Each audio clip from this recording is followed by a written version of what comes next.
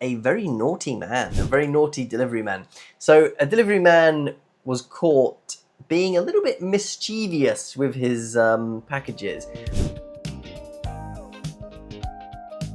Hello everyone and welcome to Stefan's podcast, the only podcast for everything Japanese news and what's going on in the big wide world of Tsushima. I hope you are having an absolutely fantastic day. We have got some great news stories for you, so let's jump straight into them. Oh, the first news story is about car crashes in Japan. It seems like every single week there is a news story about silly little foreigners coming to Japan and causing car crashes. Well, this time it's all around the Mount Fuji area. So the police and the car insurance people have noticed that there have been a rise in crashes around Mount Fuji, and they are blaming this on tourists getting out of their car or driving frantically to take a picture. The interesting thing about this, when you actually read the news articles, they have based these statistics on 1 or 2 years, and they're saying like there's been a rise in car crashes around Yamanashi from last year and the year before. And I'm like, yeah, no duh, dipshit. We were in COVID a couple of years ago. No one was coming to Japan because they couldn't come to Japan because it was such a blimmin' nightmare to come here. God. How Japan has changed since I first came, with it being like no foreigners whatsoever to everyone all of a sudden coming. But they're blaming it on people who are wanting to take a beautiful picture off Mount Fuji. And let me tell you something, as someone who likes cameras, likes photography, be careful out there if you're driving in a rental car. Don't scratch it. But that's another news story. Who'd have guessed a news story in Japan would have been foreigners are bad? Well, seems like I talk about one of these stories every single week. Yes, I do. Every single news story. Foreigners are bad.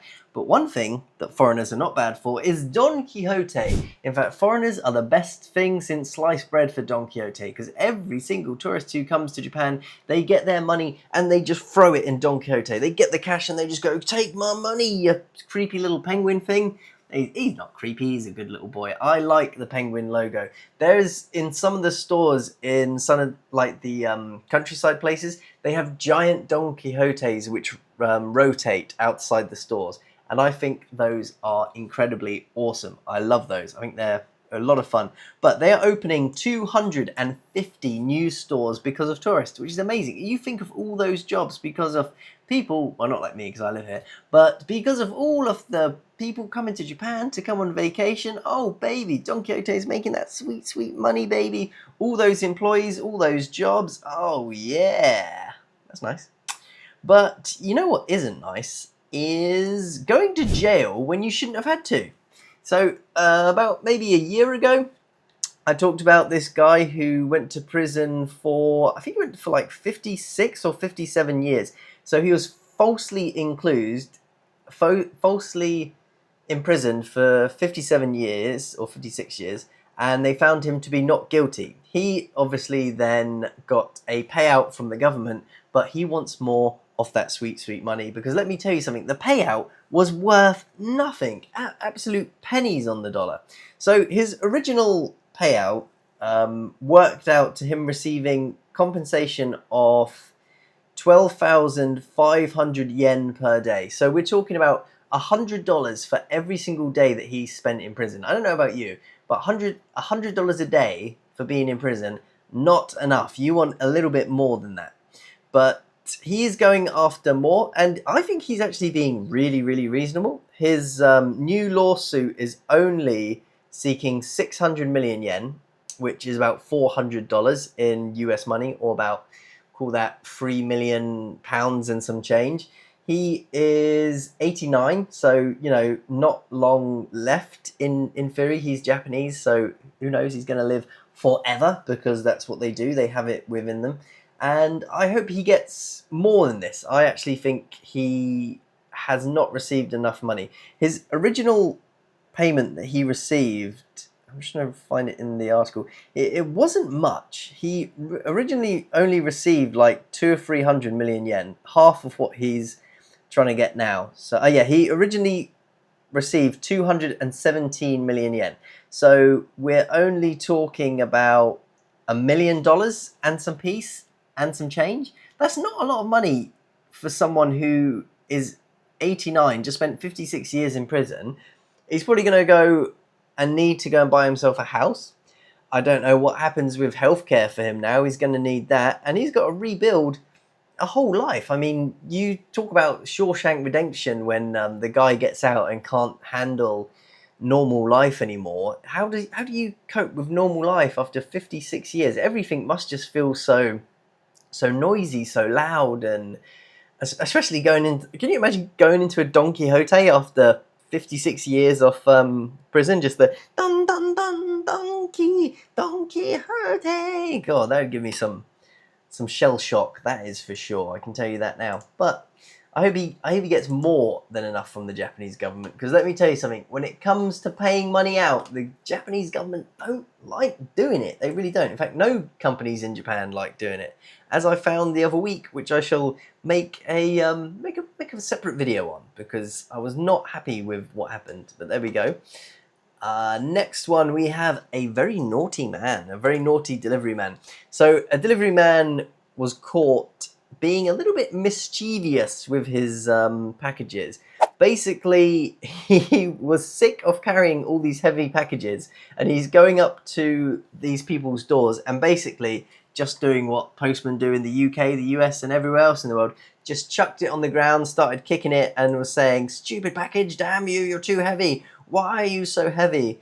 And looking at the apartment video that he's in, I can't blame him, because if I had to carry a heavy package all the way up the stairs for probably pennies on the dollar that he's getting paid, I would probably feel like that as well. But of course, this is Japan, so people are not happy with the unhappy delivery man who is throwing their packages around left, right, and centre. I also wouldn't feel happy if they threw away my sparkling water, which is pretty much anything I order on Amazon.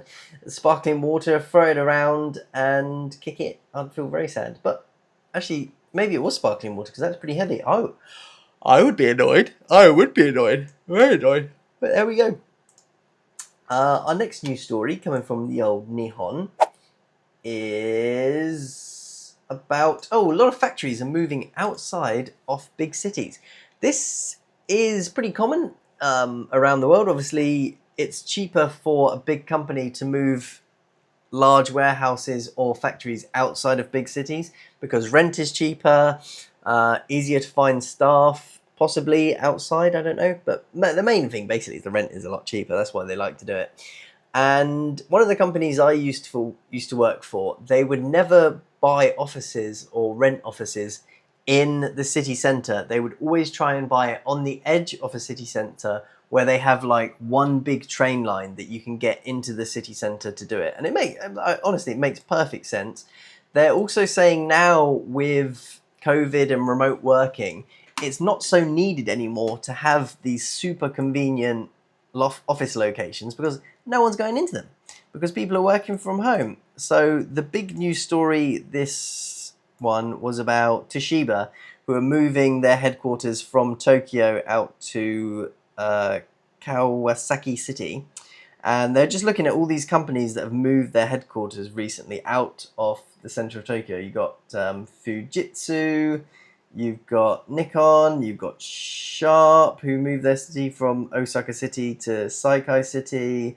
And I have to say, I think it makes sense. I also think it's good for these towns that they move it to, because all young people are moving into the city more and more and more. I kind of wish, like here in Tsushima, Nikon or Sharp or whatever would come and set up their headquarters right here, take over the island, make it theirs, make it Tsushima, sponsored by Sharp, where loads of people come, they live, they have fun, and they bring with them new shops, new food, new restaurants, new infrastructure. Please come. You don't need it in the city, it's pointless. But I don't see any problem with this once. This is, I think, a win for everywhere in Japan, apart from Tokyo. But hey, Tokyo have enough tourists coming there to see them at the moment. They don't.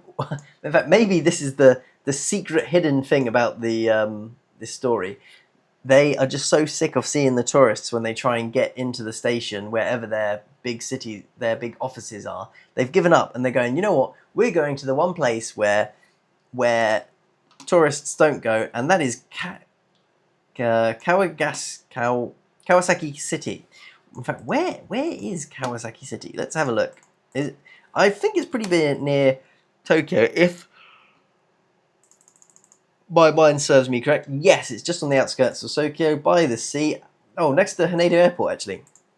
Oh, that's a perfect place for an office. I would work there. Right next to the sea, you get a nice sea view. You're close to Haneda Airport for traveling around. That makes all sorts of sense. Near Yokohama. Yokohama is really nice. I like there. Personally, I think I would move to Kamakura if I got the choice. Close to Tokyo, close to everything, close to an airport. That's a nice thing, isn't it? Being close to an airport, just being able to jet away whenever you want. How I'd like that. Frustratingly, I am 20 minutes away from an airport, but only goes to 2 places: Fukuoka and Nagasaki. And yeah, both are pretty good locations for places to fly. But I would like a few more. I would like a Osaka, a Tokyo, and let's throw in a random place. Let's make it cool. Let's make it a Taiwan or something. That'd be nice. An international flight, but unfortunately, I think if a international flight tried to land in Toshima Airport, I don't even think it's possible. If there's someone listening who plays Flight Simulator, I would love to know how difficult out of 10 landing in Tsushima is, because it's a very small runway on an island. So if you miss, trust me, you miss and you're in the ocean. I've nicknamed the Tsushima coast by the airport, I call it the rock polisher, because let me tell you something, it is terrifying sometimes when you're landing, especially in heavy wind and rain. So I don't think we'll ever see any more flights than Nagasaki and Fukuoka. Why they don't introduce a flight to Busan, I don't know. I would love for them to have it. It'd be so much nicer than having to get the ferry and deal all that just to fly over. But I don't think they ever will, which is a shame. And I wonder if it's because the airport just doesn't have the infrastructure for international people coming. Like, they don't have an immigration center, things like that. But I would be very down for them to have this. One flight to Busan, yes please. I mean, it wouldn't even have to be to Busan, anywhere. You also got I was just looking at the capitals, all these cities in Korea. We're so close. It's so frustrating we don't have another flight or more easy boats to get to it, because I would like to go to Busan a little bit more than I do. But there we go. Our next news story coming up from the old Nihon is about ice cream. Yeah, this was a crazy story. Last week when I was off the island, I ate at a sushi restaurant, and I think I ate at it twice, and it's very, very good. In Hama Sushi, they're very popular in Japan. They've got their conveyor belts that go round. You order on the tablet, and then bish bang bosh it comes.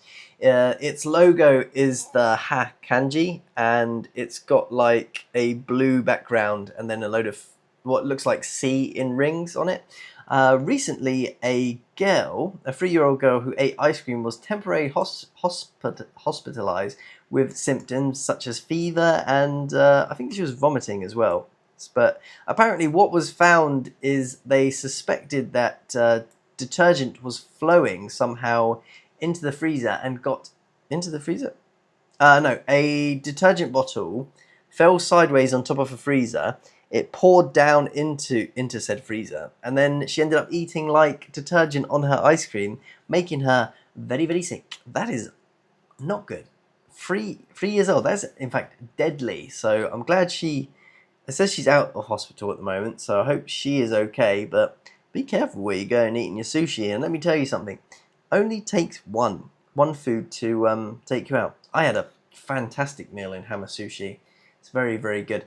To be honest, I think this is one of those news stories where there are so many Hama Sushis around in Japan and Tokyo that eventually something like this is just going to happen, because they have so many stores, so many people's.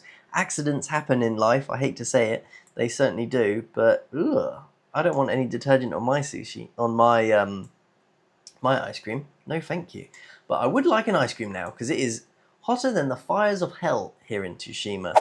and how I wait to go back to the UK and just to hear people in the summer going, oh, it's too hot at the moment. I'll be like, no.